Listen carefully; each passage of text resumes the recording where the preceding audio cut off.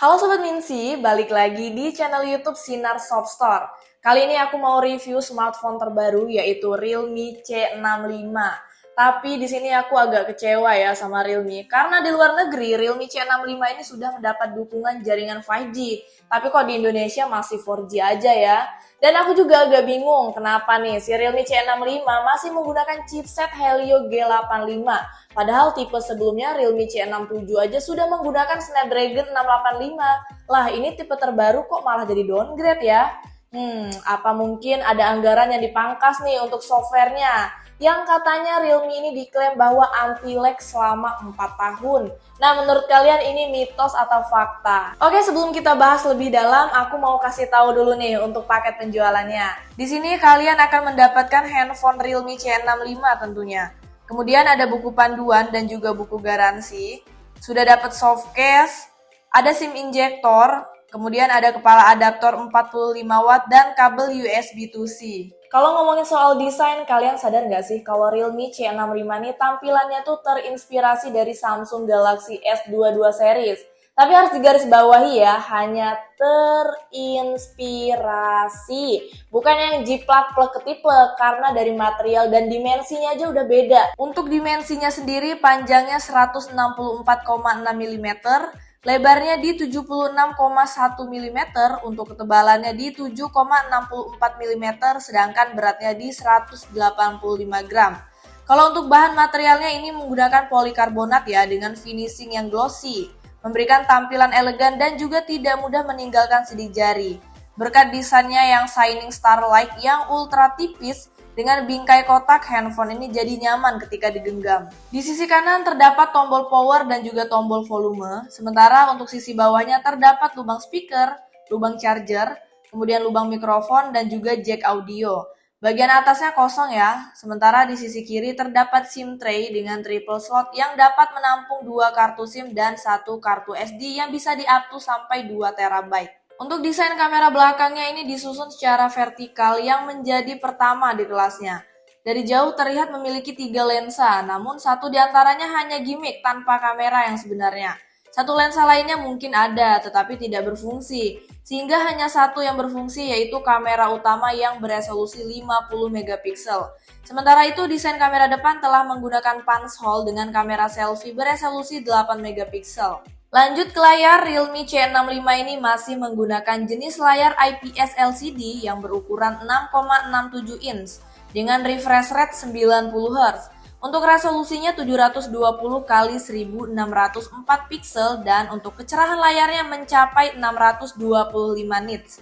Walaupun begitu, kalian dapat menikmati layar handphone ini tanpa perlu khawatir karena sudah bersertifikasi TUV Raylan Low Blue Light yang memastikan perlindungan terhadap kesehatan mata kalian. Nah, selain itu, handphone ini juga sudah bersertifikasi IP54 yang menjamin ketahanan terhadap debu dan juga cipratan air. Walaupun speaker Realme C65 ini masih menggunakan mode mono, namun dapat menghasilkan kualitas suara hingga 200% dengan volume yang cukup kencang ya menurut aku. Namun perlu diingat bahwa suara mungkin sedikit cempreng ketika volumenya diatur ke level maksimal. Saran aku sih suara yang optimal itu biasanya ditemukan pada rentang volume antara 75 hingga 90%.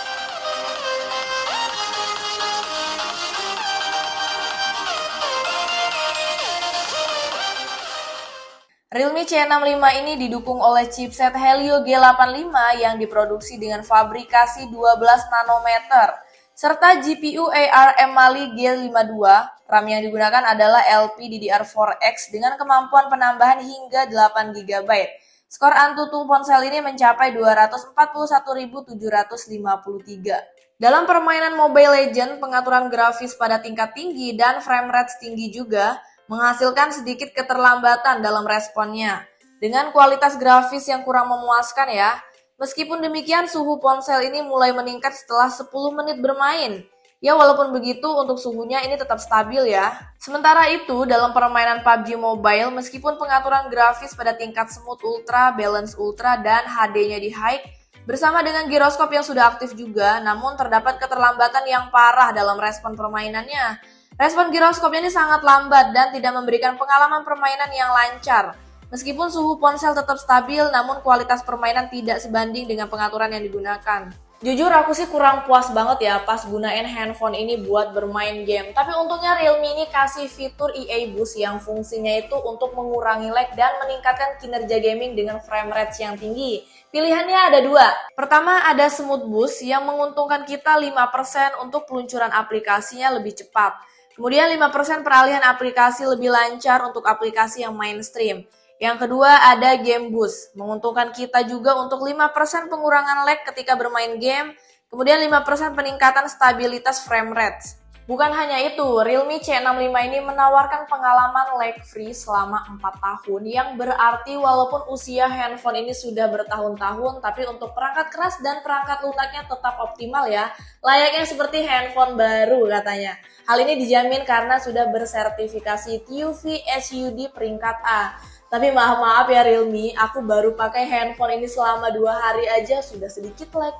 Gimana untuk jangka panjang? Oke lanjut, sistem operasi dari handphone ini adalah Realme UI 5.0 berbasis Android 14. Fitur unggulannya termasuk EA Gesture yang memungkinkan pengguna mengontrol ponselnya tanpa menyentuh layar. Seperti menerima panggilan telepon, membisukan panggilan masuk, dan mengatur gerakan untuk video pendek. Tombol dinamis juga menjadi salah satu fitur yang menarik, di mana tombol power ini tidak hanya berfungsi sebagai pembaca sidik jari, tetapi juga dapat digunakan untuk membuka senter, membisukan perangkat, mengakses kamera, dan mengontrol pemutaran musik. Selain itu, fitur mini kapsul juga hadir ya untuk menampilkan notifikasi dan juga status pengisian daya secara ringkas. Handphone ini juga sudah support NFC, responnya juga cukup baik menurut aku. Realme C65 ini berkapasitas baterai sebesar 5000 mAh, untuk penggunaan 1 jam menonton YouTube mengurangi daya sebesar 5%. Sementara penggunaan waktu yang sama untuk scroll TikTok mengurangi daya sebesar 8%. Saat bermain game Mobile Legends dayanya berkurang sebesar 13%. Dan untuk PUBG Mobile penggunaan 1 jam akan mengurangi daya sebesar 16%. Namun ketika diisi kembali, pengisian dayanya selama 30 menit dapat meningkatkan daya sebesar 43%. Sedangkan 1 jam pengisian daya bertambah 74%. Fitur kamera pada perangkat ini mencakup beragam opsi. Ada kamera malam, jalanan, kemudian ada video, foto, potret, ada resolusi tinggi dan juga fitur lainnya. Untuk kamera depan dan belakang sama ya, ada pro, panorama, film, kemudian ada slow-mo, ada selang waktu, pemindai teks, dan perubahan kemiringan. Sedangkan untuk resolusi video kamera depan dan belakang juga sama, yaitu di 1080p dan 720p pada 30 fps. Di sini aku pakai resolusi yang paling tinggi, yaitu 1080p 30 fps. Jadi mentok hanya di 30 fps saja ya, nggak bisa sampai 60 fps. Untuk kualitasnya sih menurut aku ini kurang banget, detailnya kurang, terus kontras warnanya juga kurang. Tapi ya masih lumayan lah ya, masih bisa dipakai lah buat ngerekam video iseng-iseng gitu. Kalau buat ngevlog sih ini nggak masuk banget guys, karena ini kualitasnya kurang banget sih menurut aku. Apalagi untuk detail ketika di zoom nih, ini bisa sampai 10 kali zoom, itu bener-bener nggak kebaca tulisannya. Terus lagi ini nggak stabil, karena emang belum ada juga ya fitur ultra stabilnya. Jadi patah banget ketika dipakai buat jalan. Di sini resolusi yang paling rendah di 720p 30 fps ya. Jadi hanya di 30 fps saja, belum bisa sampai ke 60 fps. Dan di sini sama, nggak ada fitur ultra stabil maupun di resolusi yang paling rendah sekalipun ya, tetap sama. Untuk kualitas ketika di zoom ini aku coba di 10 kali zoomnya juga. Wah, nggak ada perbedaan sih dengan 1080p. Sama-sama kurang bagus guys. Ya apalagi ini resolusi yang paling rendah.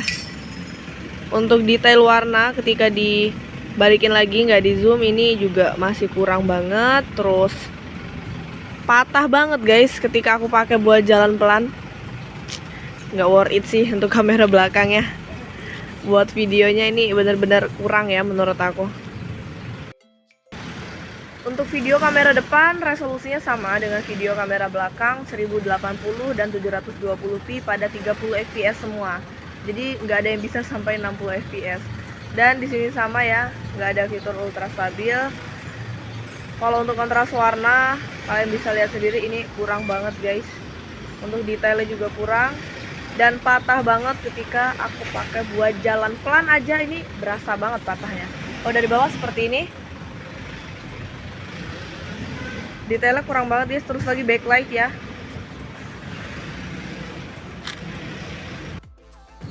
Kalau untuk resolusi paling rendah 720p pada 30 fps juga, jadi sama ya. Kalau untuk detailnya di sini juga kurang. Untuk kontras warnanya juga kurang. Dari bawah seperti ini, nggak terlalu beda jauh sih perbedaannya dengan yang 1080p dan 720p ini, nggak terlalu kelihatan bedanya, bahkan bisa dibilang sama ya. Kalau dari bawah seperti ini juga backlight kalau kita arahin ke belakang. Kalau untuk hasilnya, kamera belakang dengan resolusi 50 megapiksel menghasilkan gambar dengan kontras warna yang lumayan dan detailnya cukup bagus. Sementara itu, kamera belakang biasa menampilkan kontras warna yang lumayan namun detailnya kurang memuaskan. Untuk kamera malam belakang, kontras warnanya terlihat bagus dan detail yang cukup baik. Sedangkan untuk kamera malam depan cukup terang ya, tetapi kurang realistis dengan detail yang kurang dan juga sedikit noise. Pada mode zoom 10 kali menampilkan kontras warna yang kurang dengan sedikit blur dan juga terdapat noise, sehingga objeknya ini kurang terperinci. Pada mode selfie depan menunjukkan kontras warna yang lumayan, tetapi kurang realistis ya karena penggunaan efek filter yang terlalu mencolok. Kemudian untuk potret depan menampilkan kontras warna yang kurang namun efek blurnya cukup baik. Di sisi lain, potret belakang menampilkan kontras warna yang bagus, detail yang lumayan, dan juga efek blurnya memuaskan. Oke Sobat Minsi, dalam review Realme C65 ini terdapat beberapa kekurangan, seperti contohnya belum adanya dukungan jaringan 5G di Indonesia, kemudian penggunaan chipset MediaTek Helio G85 yang downgrade dari tipe sebelumnya. Tapi untungnya sudah ada fitur EA Boost yang mengurangi lag ketika bermain game dan juga sudah ada jaminan lag free selama 4 tahun. Untuk kualitas kameranya juga masih kurang ya. Kalau mengingat harganya yang varian 8128 dijual dengan harga Rp2.399.000, sedangkan yang varian 8256 dijual dengan harga Rp2.799.000. Kalau kata aku mah ya Realme alon-alon asal kelakon, jangan terlalu buru-buru buat keluarin produk terbarunya. Kalau banyak minusnya gini kan malu ya sama brand sebelah. Itel yang harganya lebih terjangkau. Oke deh Sobat Minsi, buat kalian yang minat dengan handphonenya langsung aja cek link yang ada di deskripsi. Terima kasih yang udah nonton, jangan lupa like, comment, dan juga subscribe. See you on next video, bye-bye!